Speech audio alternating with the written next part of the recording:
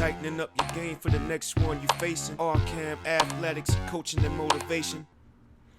Okay, April 30th, 2016, DC Armory, Mayweather Promotions. Got a good doubleheader. We had James Chunky Degale versus Rogelio Porky Medina, and Badu Jack the Ripper Jack versus Lucien Boutte. Really good card. Two really good fights. Had a great time. A lot of technical skill involved with these fights.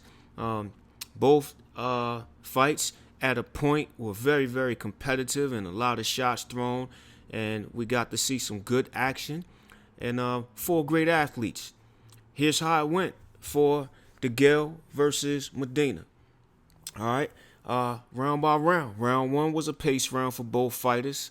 Basic feeling out, jab here, jab there, and a couple of lead power hand shots from both fighters, testing the waters, but not very much action. In fact, the fans got a little bit bored and you heard a little bit of the booing, but it's a pace round. It's normal stuff. Round two, both fighters settled in and started exchanging shots, both along the ropes and in the center ring. James Degale is a very elusive, athletic fighter, but Medina was able to successfully corner him throughout the round, which was good. Round three, kind of a mixture of round one and round two. Both fighters still kind of settling in, but it seemed like it was still a pace round, and James Degale kind of let what appeared to be deliberately let Medina land some shots while he was in the shell covering up, land some body shots and kind of fill out his power. But I'm pretty sure that was part of a strategy just to see what Medina could give him in the fight, and then he could gauge from there what kind of risk he wanted to take moving forward. Round four, Degale, very confident, picking his shots. He's taunting Medina, licking his tongue and making faces at him and all kind of stuff like that. And in the press conference after the fight, James Degale made a point that he was making the fight entertaining, and he's pretty much having fun out there with Medina and could have done anything he wanted to do. Wow. That's what it looked like, but to hear him say it, it had to be pretty embarrassing for Porky Medina. Moving on to round five. This round, in my opinion, was one-sided. Chunky put an absolute clinic on Porky. Degale was landing some really hard, accurate shots, slipping punches, moving on angles. Footwork was outstanding. Accuracy of punches was just as outstanding. This was, if you wanted to see what it should look like, a classy boxer versus a walk 'em down, stalk 'em puncher, this was the best round to get a really good overall analysis of the compare and contrast of styles. Really good, entertaining round. That round definitely went to Degale. Round six, Degale was content to lay on the ropes and take headshots around the guard and loaded body shots from Medina, seemingly taking a half round off before eventually opening up at maybe 40 seconds left in the round to nail Medina with a flurry of hammering shots that did wobble Medina, but it didn't drop him.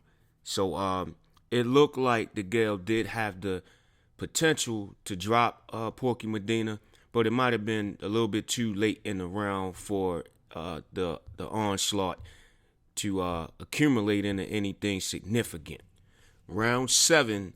This round, Medina was a little bit more persistent in his attack, but James Degale proved to be more elusive still.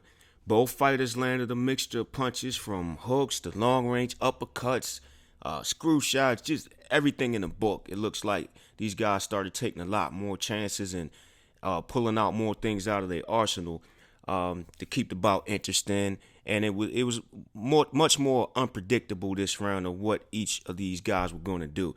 So all in all, very entertaining round. If every round in this fight was like this round, this fight would have been an instant classic. It wasn't that way. However, there were peaks and lows through the fight. Round 7 was definitely a peak. Round 8. here we go again. James Degale starts to play possum for about half the round and to later open up from his shell, and he lets his hands go to hammer home a barrage of powerful head and body shots from every angle on Medina. Now, again, Medina was game and tremendously tough. However, he should have seen this coming. You know, Degale's laying on the ropes. He's covering up. Medina can only get shots on the gloves up top and on the elbows or just slightly around the elbows to the body. Not anything effective. I think Degale was baiting him, and this is not the first round that it happened. And he fell for it, and he paid for it toward the end of the round. Degale might have stole this round at the very end, just like he did in round 6. Round 9. James Degale continued to find a home for his unorthodox uppercuts he throws from low, wide angles as Medina had a tough time seeing them coming. But later in the round, it seemed Degale took another short breather and some unnecessary contact as he seems to be in great shape and he's very high skilled to be able to avoid this kind of contact. It was a little bit interesting to see him do something like this and put himself at risk unnecessarily. However, throughout the fight, a couple rounds here and there, he was playing possum and letting Medina land some shots on him. It may have been part of the strategy just to keep the fans engaged and on the edge of our seats. Round 10 was another round that was pretty much identical to round 9. Degale showed a lot of movement, very swift movement.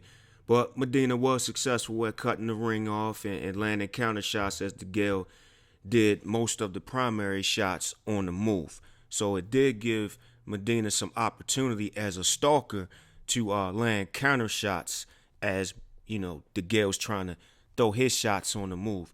So it made it a little bit interesting to see if the puncher could actually reach the boxer while he's in motion. And Medina was successful at doing that for some parts of this round. Round 11, getting close to the championship rounds. Very good round for the stalking Medina against the dancing Degale. He was able to catch Degale a lot in this round. I don't know if it was Degale taking part of a round off again or Medina just stepped his game up. But it kept us engaged as fans and connoisseurs of the sport. It kept the fight interesting, and you never knew what was going to happen next. And that's the way we like it. Degale, at one point, he slipped, and as a bonus, he added a reverse tuck and roll and a bounce back up to his feet. That was right around the 1 minute left in the fight mark. So once again, he was able to throw some antics and entertainment in there, as he calls it, keep it entertaining, and pull the fans back in and keep us interested. Good round. Round 12, championship round. Medina had to turn it up. Degale turned up the speed, swift movement. There were spots where Degale would slow down, stop, throw a combination here and there to try to keep Medina at bay. Round was pretty much what you would expect it to be. Medina's trying to catch up. Degale's trying to keep him at bay. Not anything spectacular in this round. It was just a finisher, basic finishing round for both fighters.